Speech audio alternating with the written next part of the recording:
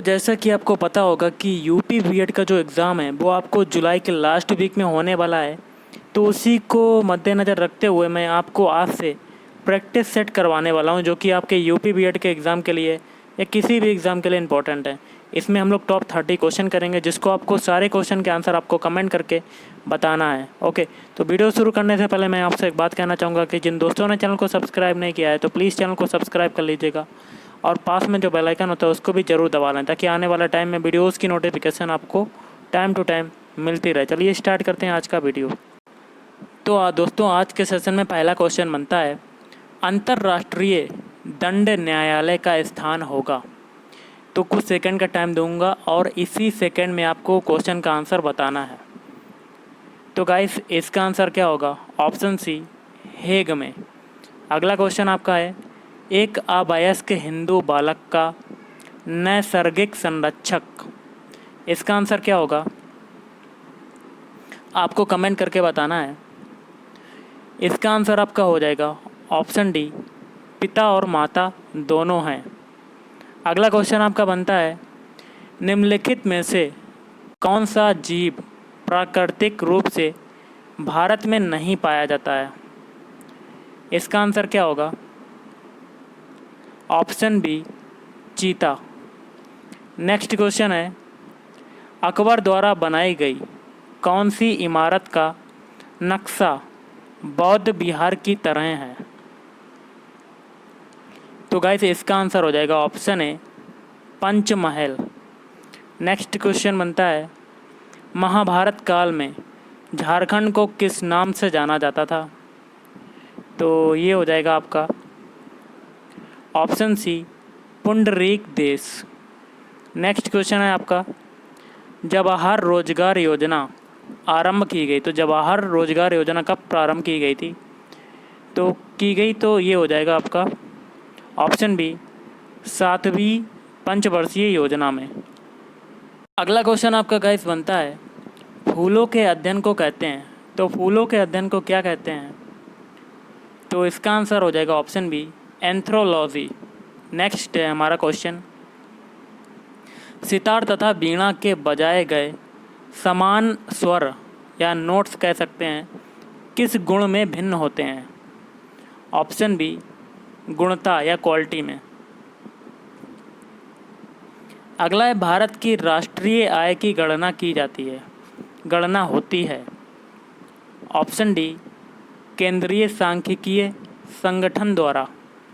Next question है, रुधिर के प्लाज्मा में निम्नलिखित में से किसके द्वारा एंटीबॉडी निर्मित होती है? इसका आंसर हो जाएगा ऑप्शन बी, लिम्फोसाइट। अगला क्वेश्चन है, पॉडजोल क्या है? तो पॉडजोल क्या होता है? इसका आंसर हो जाएगा आपका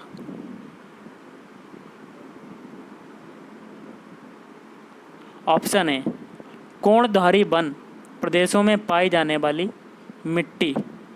नेक्स्ट है, लेक्सिकोग्राफी का संबंध है। तो लेक्सिकोग्राफी का किससे संबंध होता है? तो इसका आंसर हो जाएगा ऑप्शन बी, शब्दकोश के संयोजन से। नेक्स्ट क्वेश्चन है, निम्नलिखित में से कौन सा बादल अत्यधिक तीव्र वर्षा के लिए उत्तरदायी होता है? इसका आंसर हो जाएगा आपका ऑप्शन बी, कपासी वर्षा के लिए उत्तरदायी होता है। नेक्स्ट है हमारा, राज्यपाल को वेतन और भत्ते दिए जाते हैं। इसका आंसर क्या होगा? तो ऑप्शन है, कंसोलिडेटेड फंड ऑफ स्टेट में। नेक्स्ट है हमारा, निम्न को सुमेलित करना है और कूट द्वारा आपको आंसर बताना है। तो ऑप्शन बी हो जाएगा हमारा। चलिए मिलान करते हैं। पहला है प्रथम बौद्ध संगीति, इसका हो जाएगा महाकश्यप। फिर द्वितीय बौद्ध संगीति, इसका हो जाएगा संबकामी। नेक्स्ट है तृतीय बौद्ध संगीति, इसका हो जाएगा दूसरे से मोगलीपुत्र तिस्स। फिर है चतुर्थ बौद्ध संगीति, इसका हो जाएगा वसुमित्र।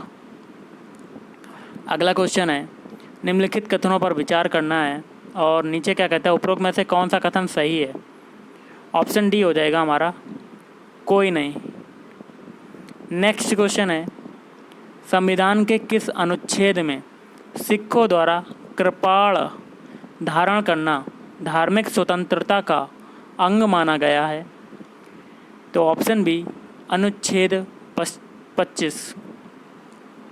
भारत के पश्चिमी तट पर स्थित पत्तनों को छांटें, कूट द्वारा बताना है। ऑप्शन है पहला, दूसरा, तीसरा। पहला है मरमा गोवा, फिर है कोच्चि, फिर है न्यू मंगलोर। नेक्स्ट है, किसी गैस में उत्पन्न ध्वनि तरंग सदैव होती है। तो इसका आंसर क्या होगा? ऑप्शन बी, अनुदैर्ध्य तरंग होती है। अगला है, चिपको आंदोलन का संबंध किसके संरक्षण से है? ऑप्शन बी, वन और वृक्षों के संरक्षण के लिए। नेक्स्ट क्वेश्चन है, निम्नलिखित में से कौन राष्ट्रीय विकास परिषद का गठन करता है? और आपको कोड द्वारा बताना, सही उत्तर का चयन करना है। इसका आंसर हो जाएगा ऑप्शन बी, पहला, तीसरा, चौथा। पहला है प्रधानमंत्री, तीसरा है केंद्रीय मंत्रिमंडल के सदस्य, फिर चौथा है राज्यों के मुख्यमंत्री। भारत का कौन सा प्रदेश तीन ओर से किसी बाहरी देश से घिरा है? Option B, Tripura.